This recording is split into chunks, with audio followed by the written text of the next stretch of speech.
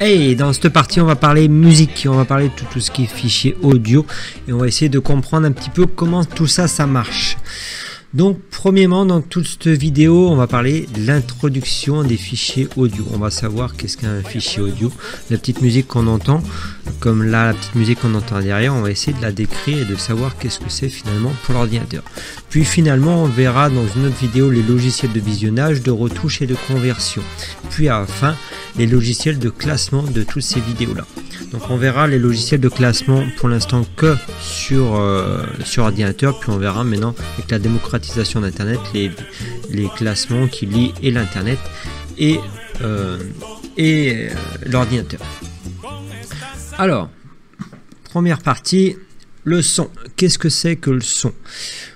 Donc le son, on va dire sur la fréquence, nous on va entendre le son qui va commencer à 20 Hz et il va à peu près s'arrêter à 20 000 Hz.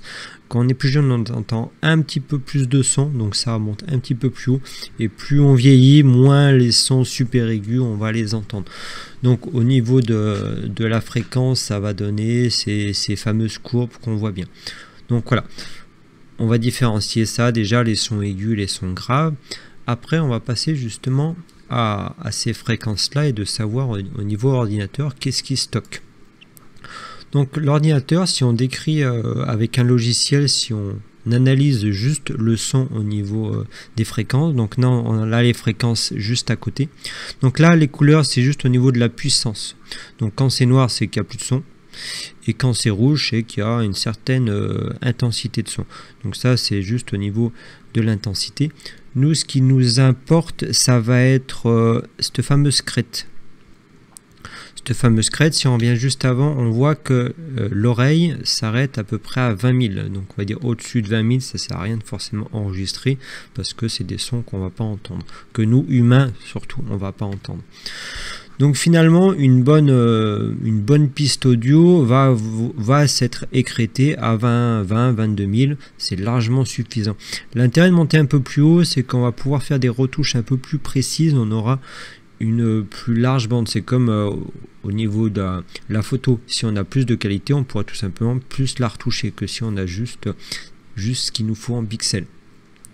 Donc à ce niveau-là, partant de ça, on va voir justement au niveau des formats. Je vous ai mis à côté au niveau des compressions des formats ici. Donc très connu, on a le MP3 parce qu'on parle tous des baladeurs MP3, sachant que le MP3 est un format compressé et en fait on va écréter, on va dire, c'est ce petit graphique là et on va couper justement. Si on encode à 16 kHz, ben on va écréter ici et on va enlever tout le son qui est au dessus. Donc le son finalement très aigu, et ben on va l'enlever tout simplement.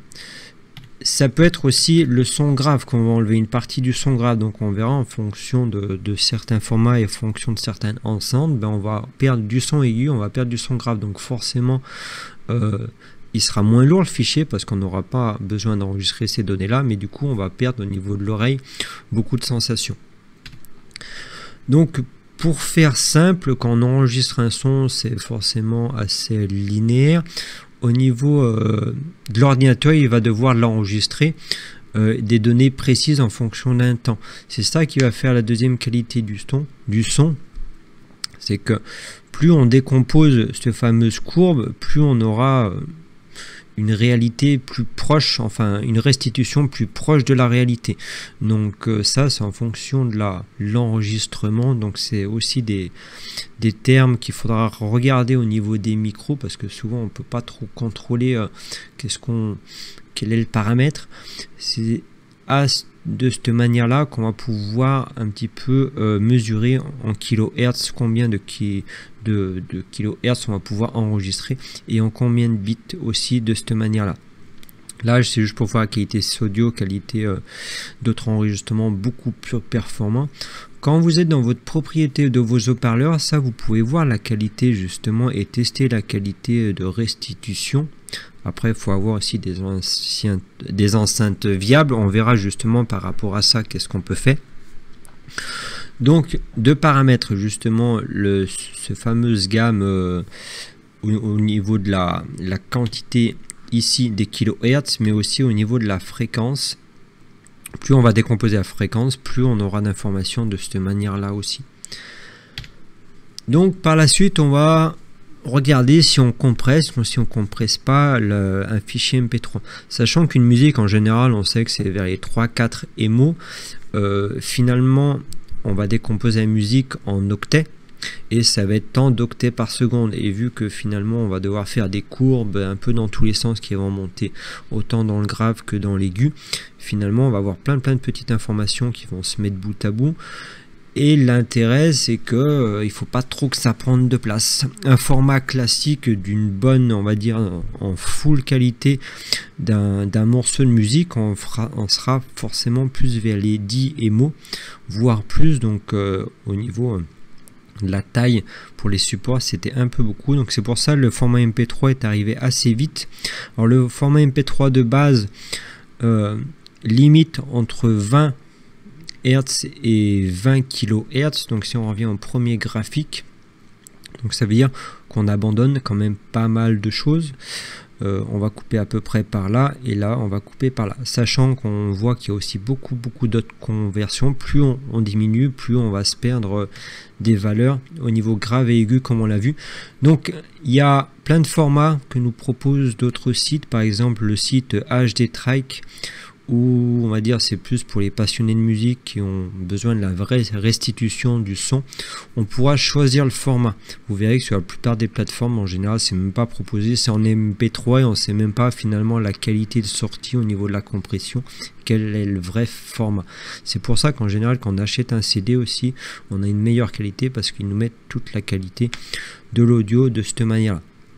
Donc c'est ça aussi qu'on parle quand on télécharge en direct. Souvent on perd quasiment la moitié de la qualité.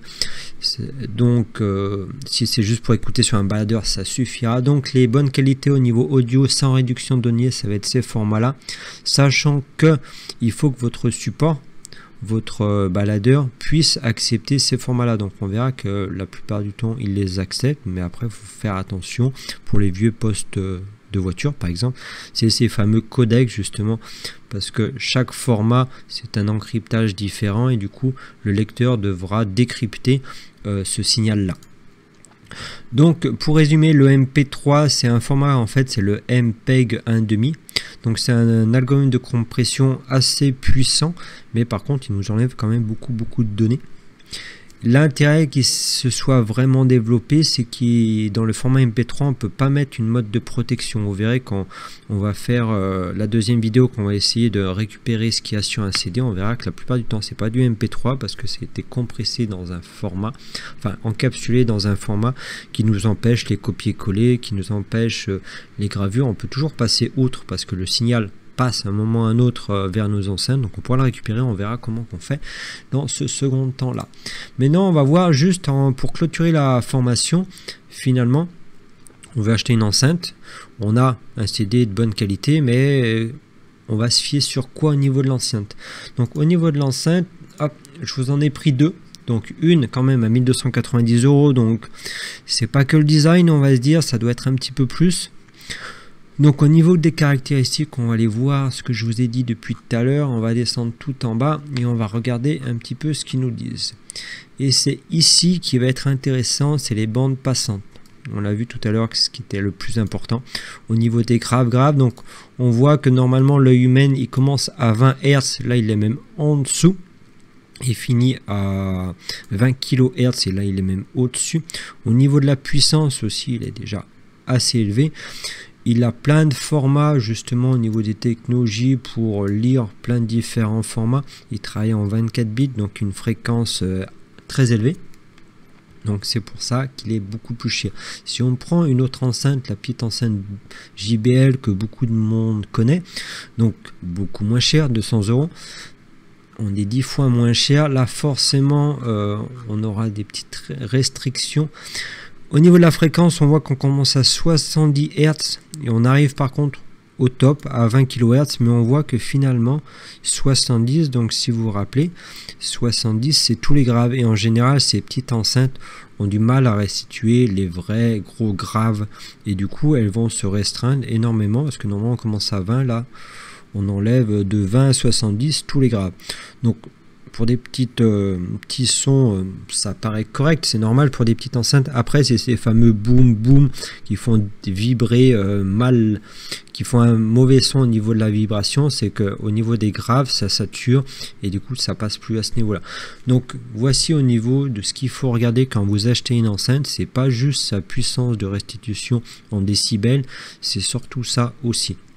C'est surtout ça qui va jouer sur le prix et forcément le nombre de décibels, mais même si ça c'est très réduit, on va dire, même si vous avez beaucoup de décibels, bah, à chaque fois votre musique elle va se mettre à vibrer d'une mauvaise façon et c'est ça qui va faire un mauvais bruit à l'oreille. Donc voici, on a fait le tour d'un petit peu tout ce qui était justement le matériel et tout ce qui était l'audio en propre. Maintenant on va voir justement comment retoucher cet audio là et comment le gérer.